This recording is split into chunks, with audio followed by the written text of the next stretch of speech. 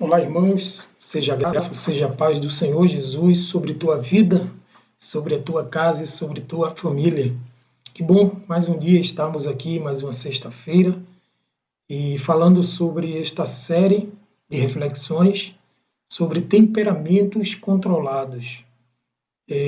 Espero que você tenha sido abençoado, esteja sendo abençoado com essas reflexões. Espero que Deus tenha falado contigo com essas reflexões e que teu coração seja abençoado por Deus diante de tudo isso que está sendo falado.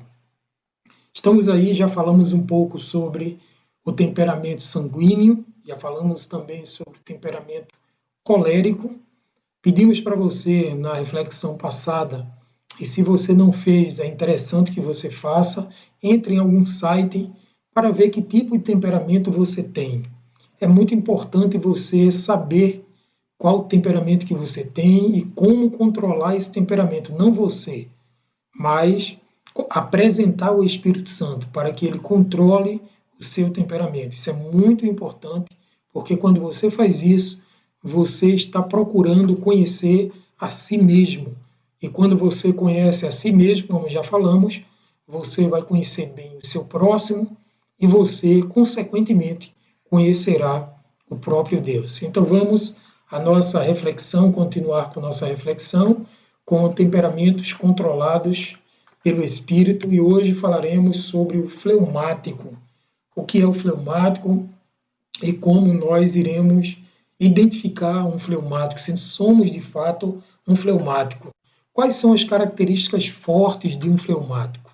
Então, primeiro você observa que ele é uma pessoa, ou ela é uma pessoa extremamente calma, tranquila, pacata, nada o tira do sério. Nada pode tirar ela do sério ou ele do sério, porque ele tem um equilíbrio fora de série. Também é prático, né? Ele é uma pessoa super prática, ela também é uma pessoa super prática, ela faz tudo com praticidade, não deixa acumular muitas coisas, porque o fleumático ele gosta, além de ordem, de praticidade. Provoca gargalhada, porém, ao contrário que a gente viu do sanguíneo, ele não apresenta nenhum sorriso. Ele fica fechado, ele fica ali com a sua forma de ser, uma forma geralmente fechada, sem sorriso, e arranca sorriso sem que as outras pessoas vejam ele sorrindo, vejam ele dando aquela gargalhada que é notória de um sanguíneo. E ele aí provoca gargalhada sem sorriso, é extremamente equilibrado, que a gente falou agora, do ser calmo, está atrelado ao ser equilibrado também. Não geralmente ele não é quente, né, demais também, como é o sanguíneo, nem também é frio demais, como a gente vai ver, que é o melancólico, que logo mais, na próxima semana, nós veremos. É controlado, a gente falou a respeito do calmo ser controlado, e é eficiente. Se você colocar um colérico para fazer alguma coisa, ele é excelente líder, mas ele não é calmo, ele é intranquilo, ele é muito áspero naquilo que faz e faz tudo com realeza, porém o fleumático ele faz com toda a temperança, com toda a calma, e ele é um excelente líder na forma pacata de ser. A sua forma tranquila de ser, ele também tem uma forma de liderar diferenciada, por conta da sua tranquilidade. Vamos agora aos pontos que precisam ser melhorados do fleumático, ou aqueles mais fracos, não é? Vamos então a esses pontos mais fracos.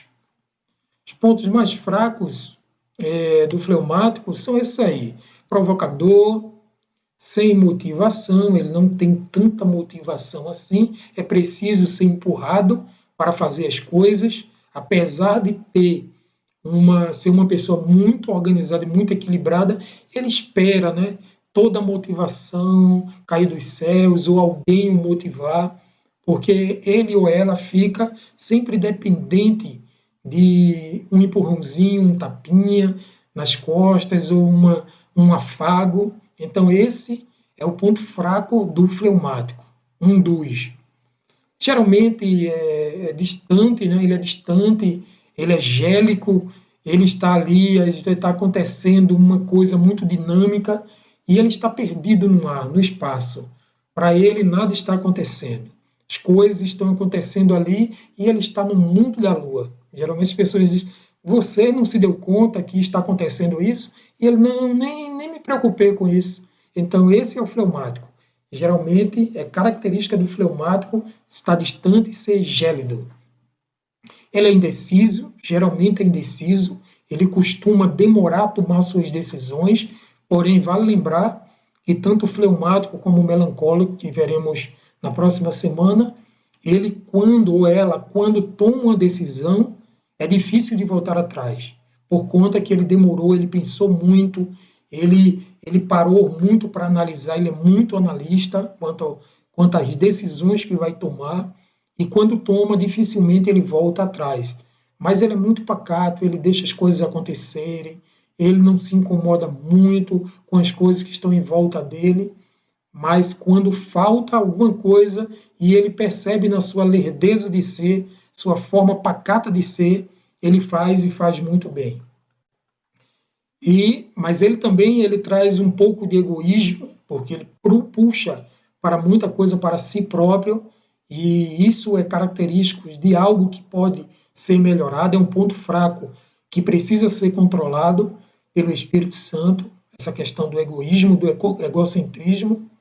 E o acomodado, né? Ele é muito acomodado, a gente falou agora, não tem tanta motivação e por isso ele se torna muito acomodado. Ele precisa ser sacolejado, às vezes puxar um pouco a orelha do fleumático para que ele comece a caminhar, para que ele comece a andar com suas próprias pernas.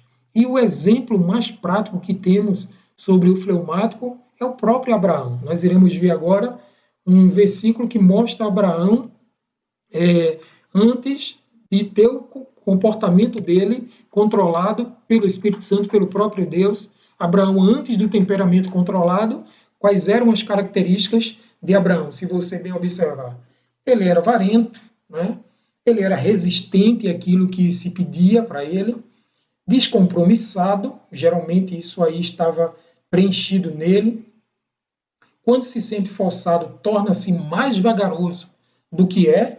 Ele geralmente é vagaroso, mas quando alguém pressiona de uma forma muito rígida, muito áspera, ele fica mais lento ainda, implicando, porque ele é muito egocêntrico, e é como que a gente diz, ele mata um na unha, né? Espectador da vida sem se envolver, ele vê tudo que está acontecendo, mas não quer se envolver com nada. Ele sempre é aquele do ficar quieto no canto, ficar isolado, ninguém me incomode, ninguém fique perto de mim, porque eu sou uma pessoa muito tranquila, não se envolve com as coisas, vacila entre o desejo de fazer e de não fazer alguma coisa, é a questão da indecisão, que foi aquilo que a gente falou agora há pouco, ele é muito indeciso, e procrastinador, ou seja, sempre deixa tudo para a última hora. Sempre deixa tudo para a última hora. Então, se for um acúmulo de coisas, imagine um fleumático e também brasileiro, né, que deixa para fazer tudo na última hora, acumula as coisas e depois eu faço, e depois está sobrecarregado de um monte de obrigações e não dando conta de fazer aquelas coisas todas. Então, esse é o fleumático, aquela pessoa que está sempre esperando um empurrãozinho. E aí, em Gênesis, no capítulo 20, verso de número 11 e o verso 12, nós encontramos aquela velha passagem em que Abraão vai para a terra de Gerar, né? Ele vai, porque está tendo fome na terra, e ele vai para a terra de Gerar, ele vai ali peregrinar na terra de Gerar e encontra o rei, né, Abimeleque, que era um título dado a esse rei, e ele tem uma ligeira ideia de, para não ser morto, né? Olha o egocentrismo aí em evidência. Para não ser morto, ele apresentar Sara como sendo sua irmã e não como mulher. Porque pensava ele, se eu apresentar minha esposa, que é muito bonita, diante desses homens e diante do rei, Abimeleque, ele vai com certeza me matar e ficar com minha esposa. Então ele teve essa ideia de querer mentir, né? Ou apenas faltar com a verdade diante daquele rei, né? que é Abimeleque. Então veja o que diz o verso 11 e o verso 12. Respondeu Abraão, porque pensei, certamente não há temor de Deus neste lugar, falando aí da terra de Gerar. Matar-me-ão por causa da minha mulher, por ser muito bela, que a gente tinha falado. Além disso, ela é realmente minha irmã, filha de meu pai, ainda que não de minha mãe, e veio a ser minha mulher. Então você vê, se você bem observar, você está percebendo que Abraão, por medo, por insegurança, que isso é nítido de um fleumático inseguro, inconstante, medroso, egocêntrico, ele imaginou fazer tudo isso, mentir, porque aí, como irmã, ninguém iria atentar contra a sua vida. Porém, você observa que ele colocou a vida de sua esposa em perigo, né? E a relação familiar em jogo, por conta da sua, do seu temperamento, da sua personalidade, que não foi cuidada anteriormente. E se você observar no verso do número, se você olhar no capítulo 22, verso 13, verso 2 e verso 3, você vai perceber que Abraão já teve outro comportamento aí. Depois que teve um encontro com Deus, ele teve um outro comportamento. Mas ainda assim ele mostra traço da sua personalidade, do seu temperamento. Olha o que está escrito. Então disse Deus, tome seu filho, seu único filho, Isaque, a quem você ama, e vá para a região de Moriá. Sacrifique-o ali como holocausto, num dos montes que lhe indicarei. Olha o verso 3. Na manhã seguinte, Abraão levantou-se e preparou o seu jumento. Levou consigo 2 de seus servos, Isaque seu filho. Porém, depois, você observa, depois de cortar lenha para o holocausto, partiu em direção ao lugar que Deus lhe havia indicado. Veja que todos os traços de um fleumático estão aí. Ele não estava preocupado, aquilo que a gente falou, as coisas que estão acontecendo em volta dele, ele não está muito preocupado com isso. Ele aí coloca a obediência em primazia e não se incomoda muito ao que está acontecendo. E foi preciso seu filho dizer, painho, papai, tem aqui a lenha, tem aqui o cutelo, tem tudo aqui. Tem aqui o local de holocausto, mas eu não estou vendo aqui a oferta, a oferenda. Não estou vendo aqui o animal.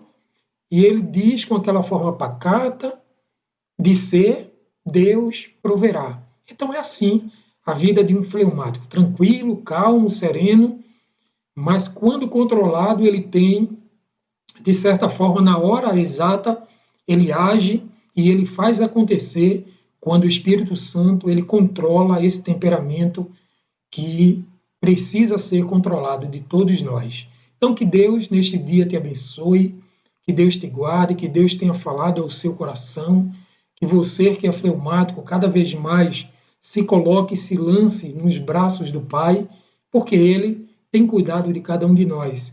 Que o Senhor cada vez mais faça resplandecer o seu rosto sobre ti e tenha misericórdia de ti.